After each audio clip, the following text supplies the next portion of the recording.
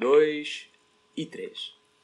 Olá a todos, sejam muito bem-vindos a mais um episódio da Conversa de Cromos, um podcast também disponível no SoundCloud e no YouTube, do projeto no Instagram Caderneta de Cromos. E pela segunda vez consecutiva neste podcast da Conversa dos Cromos, tenho um convidado que foi meu treinador em tempos passados. Desta vez, seja muito bem-vindo, Mr. Vítor Severino, o cromo que atualmente é treinador do Chaves, do clube da primeira divisão. Seja bem-vindo, Mister. Muito obrigado, em primeiro lugar, por esta introdução, pelo facto de teres conseguido chamar-me cromo. Se calhar era uma coisa que tu tinhas recalcado, mas é com enorme satisfação que eu recebo o teu convite. É um prazer e desde já parabéns por este projeto, que no fundo é a tua cara. Deixa-me dar-te os parabéns por isso. Muito obrigado, muito obrigado. De facto, nunca foste um dos treinadores que nunca senti vontade de chamar cromo, mas quem sabe se não está aqui um desejo inconsciente de te chamar. Portanto, quem sabe. Eu vou ter dificuldade em tratá-lo por Mister ou por Vítor. Eu vou tratá-lo sempre por Mister porque eu tenho este modus operandi de tratar os meus ex-treinadores sempre por Mister. Não há problema, pois não? Não, é como tu te sentires melhor. Sinceramente, estás perfeitamente à vontade, como tu te sentires mais confortável. Perfeito. A semana passada veio aqui o Mr. Ricardo Namora, ou Rossi Namora, como também é conhecido por algumas zonas, e ele dispensou-me, até comentámos isso em jeito de brincadeira, ele dispensou-me 2 ou 3 vezes dispensou-me na minha carreira. E então, para os meus seguidores não me ficarem a pensar que eu era um jogador tão mau, tive que convidar um treinador que nunca me dispensou. O Mr. Vítor nunca me dispensou, apesar de ter motivos para tal. Lembro-me daquela situação em Arganil, em que eu fui expulso, voltei a jogar e fui expulso no Tábua no jogo seguinte, não foi? Eu confesso, eu não vou ser hipócrita, podia-te dizer que me recordava perfeitamente disso, eu não me lembro disso. Não te lembras? Eu juro que não me lembro disso. Não me lembro disso, não me recordo. Mas é verdade, fui expulso 2 vezes, até saí assim a chorar nesse jogo, porque nunca tinha sido expulso na vida, e depois em 2 jogos seguidos sou expulso, e foi assim um momento em que qualquer treinador mete as mãos na cabeça. Como é que um jogador faz aquilo? Sim, eu de certeza que fiquei chateado com isso, não tenho dúvidas, mas não guardava essa memória. Aliás, eu quando tu decidiste fazer este convite, a primeira coisa que me veio à cabeça foi que, lembrei-me, o Pedro foi um jogador, não é? E depois de ser jogador, um amigo, até pela ligação que existia com o teu pai, etc., mas que teve nos momentos mais marcantes, ou em 2 momentos muito marcantes da minha carreira, porque, da minha curta carreira, se é que se pode chamar carreira ainda, ou neste momento, porque a minha primeira experiência como treinador adjunto fazias parte dessa equipa. Eu sou treinador pela primeira vez na Académica, nos juvenis, como treinador adjunto, e tu fazias parte desse grupo. E depois a minha primeira experiência como treinador principal, tu também fazias parte desse grupo. Precisamente. Tu tiveste em 2 momentos muito importantes, ou 2 momentos marcantes, diria assim. Precisamente. E na verdade acabo por guardar esses 2 momentos com muito carinho, porque de facto foram 2 momentos importantes. Pensei precisamente isso. Ainda para mais, como premissa comum, uma casa como a Académica de É verdade. Não é? Primeiro o organismo autónomo, depois a secção. E depois na secção. Sim, sem dúvida. 2 momentos marcantes. Eu ia cometer aqui talvez um lapso. Não são 2 clubes diferentes, na realidade, não é? Quem passa por Coimbra sabe o que é que significa falar, às vezes provoca até algum celeuma, há pessoas que ficam chateadas, mas no fundo são, enfim, eu presumo que hoje em dia a ligação seja mais umbilical, mas na altura não é que existissem chatices, mas pronto, não eram 2 clubes, mas acabavam por ser 2 clubes. Exatamente. Agora, quem gosta da Académica, quem passa por Coimbra, eu tenho um certo orgulho em ter sido treinador nessas 2 casas. Confesso. E já que estávamos a falar nesse processo do processo de futebol de formação e falarmos também no facto de dispensar jogadores, eu que trabalhei com crianças no futebol de formação, dispensar um jogador é sempre uma das tarefas mais difíceis de executar enquanto treinador, ainda para mais quando o treinador é mais sentimental, um pouco mais relacionado com a relação pessoal com o jogador do que propriamente outros aspectos. E eu acho que o Vítor é um pouco assim, que privilegia muito essas ligações humanas. Acha que também concorda com o facto de dispensar um jogador que é um ato difícil de executar? É um ato difícil, é um ato extremamente difícil, e eu diria que é um ato quase que cruel, porque no fundo estamos a fazer com que alguém tenha de abdicar, nem que seja momentaneamente, dos seus sonhos, não é? Quem joga futebol, e quando estamos a falar de crianças e jovens, a justificação que o treinador adulto tem na sua cabeça não cabe do ponto de vista racional na cabeça do miúdo, não é? E o treinador, se tiver consciência disso, e do ponto de vista humano tem sempre ou quase sempre consciência disso, é um ato, para além de difícil, é um ato extremamente cruel, e eu diria que são alguns dos aspectos negativos que estão associados ao desporto, porque supostamente não devia ser assim, não é? Claro. Deveriam existir oportunidades para todos, Para todos. mas chegamos a momentos de especialização e em momentos em que tem que existir mesmo essa seleção, e é extremamente difícil. Eu já tive que passar por isso várias vezes com crianças e com jovens, e é um ato cruel, entre aspas. Nesse sentido, difícil. De facto, nós dizemos que é difícil precisamente porque há essa relação que é quase cortada, não é? Existem outros aspectos que o Mister consegue se lembrar, assim, enquanto treinador, que seja difícil? Lembro-me precisamente do treinador principal do Chaves, com quem você trabalha, Luís Castro, falar sobre o momento da substituição em que o jogador fica chateado. Para ele, isso não é um momento em que o jogador deve ficar chateado, e nesse sentido. Mas é também um momento difícil para um treinador, ter que retirar um e colocar outro. Pode ser, assim, em processo humano, pode ser difícil. Existe outra tarefa que para si é difícil enquanto treinador? Falando de ligações humanas. Existem muitas tarefas que são difíceis. Eu acho que, para não dizer que são todas, porque ser treinador, ou ser treinador adjunto, ou, enfim, ter uma função que mete pelo meio tomar decisões, e decisões essas que envolvem pessoas, é sempre difícil, porque desde logo trabalhar num grupo, numa equipa de pessoas, as pessoas têm de se relacionar, depois tem de haver capacidade de refletir em conjunto, tem de haver capacidade para se perceber que por vezes as pessoas podem discordar, tem que haver capacidade de substituir jogadores, de formar plantéis, de dispensar, como já está há bocado, de haver relação também às vezes com dirigentes. Existe a outra face da moeda, que é, e eu recordo-me de um episódio meu também, que eu considero também um ponto importante na minha curta carreira, que tem a ver com o contrário, que é quando o treinador também é dispensado, não é? Ou quando o treinador, não, da mesma forma que o treinador dispensa um jogador, por vezes, existe uma administração, ou existe uma direção, que decide não contar mais com o treinador. Portanto, tudo isso acho que são tarefas difíceis, de um lado e do outro, e eu acho que tudo o que está à volta da vida de treinador tem essa face de difícil, mas isso também é transformado no tal desafio e naquela paixão que nos liga a esta profissão, que é o futebol, no fundo. Precisamente. Nesse aspecto, o treinador adjunto acaba por ter, se calhar, um papel ainda mais fundamental. Pelo menos assim no pensamento mais habitual, o treinador adjunto tem também uma ligação muito próxima. O adjunto tem uma ligação muito próxima com o jogador, não é? E nesse sentido, eu queria fazer era a ponto para o seguinte. Numa conversa que eu tinha tido anteriormente com o Cheinho, que tivemos a falar, que ele também já foi treinador adjunto, e ele falou que o treinador adjunto é fundamental, tanto para a formação do clube, do plantel em si, como para o próprio funcionamento do bem decorrer da época.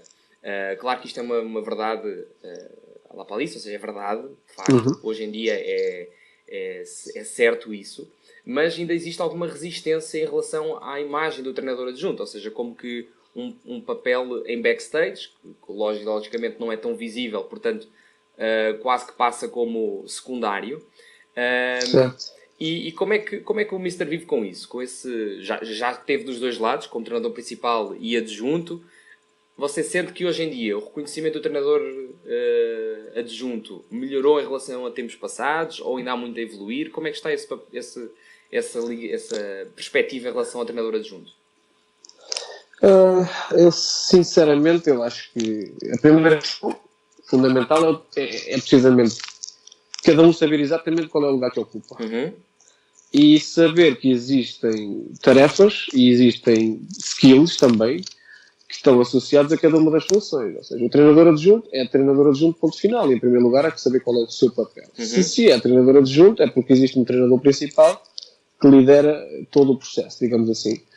Agora, o problema às vezes, que me parece, um bocadinho ao encontro do que estavas a dizer, é a questão de se falar ou não do reconhecimento, porque eu acho que é um não problema, porque não tem de existir, Exato. Pelo menos do ponto de vista mediático, não tem que existir reconhecimento absolutamente nenhum.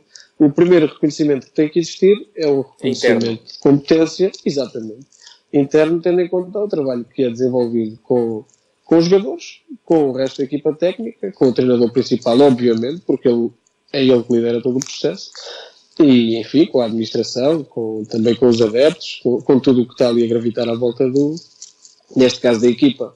Mas acho que é uma função específica, depois dentro de cada um, ou de cada equipa técnica, existem adjuntos que têm funções também particulares, não é? Nós estamos a generalizar, mas e hoje em dia cada vez mais, em todo o mundo. Mas o primeiro aspecto é perceber exatamente qual é o seu lugar, qual é a sua função, e ser alguém que acrescenta algo ao processo. Claro. E essa questão do reconhecimento é muito mais uma questão interna. É óbvio que toda a gente tem o seu ego e gosta de ser reconhecido, não só treinadores de futebol, como qualquer pessoa, né? Mas acho que é uma não questão, sinceramente. Ok, exato. Sim, faz sempre parte do... o reconhecimento é sempre interno, ou seja, dos próprios jogadores e do próprio plantel, precisamente. Antes dos chaves, Mister, agora eu gostava de ir à sua gênese, à gênese da paixão do jogo. O Mister, como o conheço, é um apaixonado pelo futebol e por este jogo maravilhoso. Eu conheci-o... Que idade é que você tinha quando chegou aos juvenis da Académica? Que idade é que eu tinha? Essa é uma pergunta difícil, mas não era bem novo. Eu tenho 34 anos, eu terminei a minha licenciatura em 2006 e comecei a trabalhar na pré-época na Académica em agosto. Portanto, em 2006, já lá vão 12 anos, não é? Pois é, então eram 22 aninhos, não é? 22 anos. Pois é, 22 anos, isso foi aí que eu conheci o seu gosto pelo futebol e pelo prazer. Foi. Mas antes disso, como é que era o jogo para o Vítor Severino? Sei que você nasceu em Peniche, você chegou a jogar por lá? Sim, eu nasci nas Caldas da Rainha, que fica perto do concelho de Peniche, onde eu fui criado, onde eu vivi, onde é a minha família natural. E tive uma história perfeitamente normal, como todos os miúdos da altura. A ligação ao futebol nasce na rua, não é? Nasce na rua e nasce em casa a ver o futebol com os meus pais, a esperar pelo domingo para ver os resumos no Domingo Desportivo, que era um programa que toda a gente via na altura, porque era aí que passavam os golos e os resumos e a ver e recordo-me de outras coisas, como de passar a Premier League na RTP2 na altura, na TV2. Os resumos, não é? Os resumos, que era uma coisa fantástica porque não havia internet, sabes? Nessa altura não havia internet. Eu lembro-me de não existir internet, que é curioso. E eu lembro-me perfeitamente de ser um miúdo completamente apaixonado, esperava no fim de semana para ver os resumos do que se passava lá fora. Mais tarde começa a passar também resumos e jogos na TVI da Liga Espanhola. E era um pouco assim, de jogar futebol na rua praticamente todos os dias. E depois, voltando à tua pergunta, não existiam escolas de futebol, não havia aquela facilidade de se fazer parte de uma equipa. O que é que existia? Existiam 2 ou 3 clubes. Existia o clube mais importante, que era o Grupo Desportivo de Peniche, tinha equipas nacionais, inclusive. Só que era muito difícil entrar porque éramos mesmo muitos miúdos para fazer parte de um plantel de 20. E eu joguei aí até ao escalão de júniores, no Grupo Desportivo de Peniche até ao escalão de juvenis, e depois numa equipa mais fraca, no Grupo Desportivo Atoguiense, até ao escalão de júniores, e depois dá-se a minha entrada na faculdade e jogava com os amigos. Portanto, vou para Coimbra com 18 anos. Aí não jogou? Aí passei a jogar nos campeonatos da universidade, nos universitários, nos torneios de futsal. A ligação ao futebol continuou de uma forma perfeitamente informal, mas pronto, mas tive essa minha passagem, que recordo com muito carinho, porque foi muito difícil, como eu disse. Não sei se estamos a falar há muito tempo do mesmo assunto, mas já claro puxaste essa lembrança. Isto aqui é totalmente livre, vamos falar o tempo que for necessário. Puxaste uma lembrança boa, sabes? Que eu tinha um amigo meu que era da minha aldeia, que eu era do Conselho de Peniche, mas de uma aldeia pequenina que se chama Ferrel. E um deles, Ferrel, com 2 L's. Ok. E um dos meus amigos jogava no Peniche, e jogar no Peniche era uma coisa fantástica. Andar à escola e dizer que se jogava no Peniche era o máximo que se podia atingir. Sim, era o Nuno que jogava lá. E eu perguntei-lhe se podia ir treinar. Cada um levava o seu equipamento, eu colecionava camisolas de futebol e pronto, e fazia questão de cada dia levar uma camisola diferente. E lembro que os colegas achavam piada pelas camisolas, mas que eu não tinha grande sucesso. No primeiro ano onde ele ia treinar, sim, mas corria muito mais à volta do campo do que jogava. E não fiquei. E no ano a seguir volto novamente às captações e fiquei. E era infantil. E é a partir daí que fico lá no plantel do Peniche, nos sub-13, ou sub-12, já não me recordo. E acabei por entrar. E lembro-me que foi o alcançar de uma coisa fantástica. A carrinha do clube ia-me buscar à frente do café da minha aldeia. Vestir o fato de treino ao domingo, porque cada convocado só podia ir buscar o fato de treino de casa, se fosse convocado a jogador, só se fosse convocado aqui a buscar o fato de treino. E portanto, estar de fato de treino ao domingo de manhã, em frente ao café da aldeia, para mim era o auge. Era viver, era estar no futebol e recordo isso com muito carinho. É interessante a forma como nós, em retrospectiva, olhamos para coisas que hoje em dia vemos como banais e na altura era fatal. O ser convocado, aquela adrenalina, sim, para ver se o nosso nome está lá na folhinha da A4, sem dúvida. Aquelas coisinhas mínimas eram maravilhosas. E então o Vítor acabou por ser como o jogador do Peniche. É verdade. E viveu o estrelato nessa Vivi altura. o estrelato nesses 2-3 anos, vivi o estrelato, sim, sem dúvida. Que bom. Sem dúvida. E depois essa vocação para ser treinador de futebol, como é que surge? Foi uma oportunidade que surgiu ou é algo que já vinha mais pensado, sendo que você entrou na Faculdade de Desporto lá em Coimbra, não é? Mas logo aí à partida era direcionado para ser treinador? Era, na minha cabeça era, porque como eu te disse, joguei até ao escalão de júniores e depois, antes de saber que eu tinha entrado na faculdade, ainda fiz parte de um plantel de uma equipa que jogava na Distrital da Associação de Futebol de Leiria. Eu desisti porque entrei em Coimbra. Mas eu no secundário já andava no agrupamento no Científico ou Natural, opção de desporto. E um dos meus treinadores, nós éramos 2 que andávamos em desporto, e um deles, por norma, dizia que durante a semana quem dava os aquecimentos eram os jogadores que andavam em desporto. Sim. Portanto, 2 vezes por semana era comum, ou no dia de jogo, fazer aquele aquecimento de linha lateral a linha lateral. Sim. Que também deves ter feito, não sei se ainda apanhaste isso ou não. Sim. Mas eu apanhei muitas vezes. E era comum ser eu. E aquilo estava ao mesmo tempo gosto, paixão, gostava da sensação de liderar dessa forma. Senti-me bem e, por outro lado, começou a validar a minha escolha. O facto de tentar encontrar um caminho era aquilo que eu queria mesmo. Eu adorava futebol. Percebi cedo que não tinha talento suficiente para ser jogador. Para o praticar. E aquilo despertou ali uma faísca em mim. Eu gostava de estar naquele papel.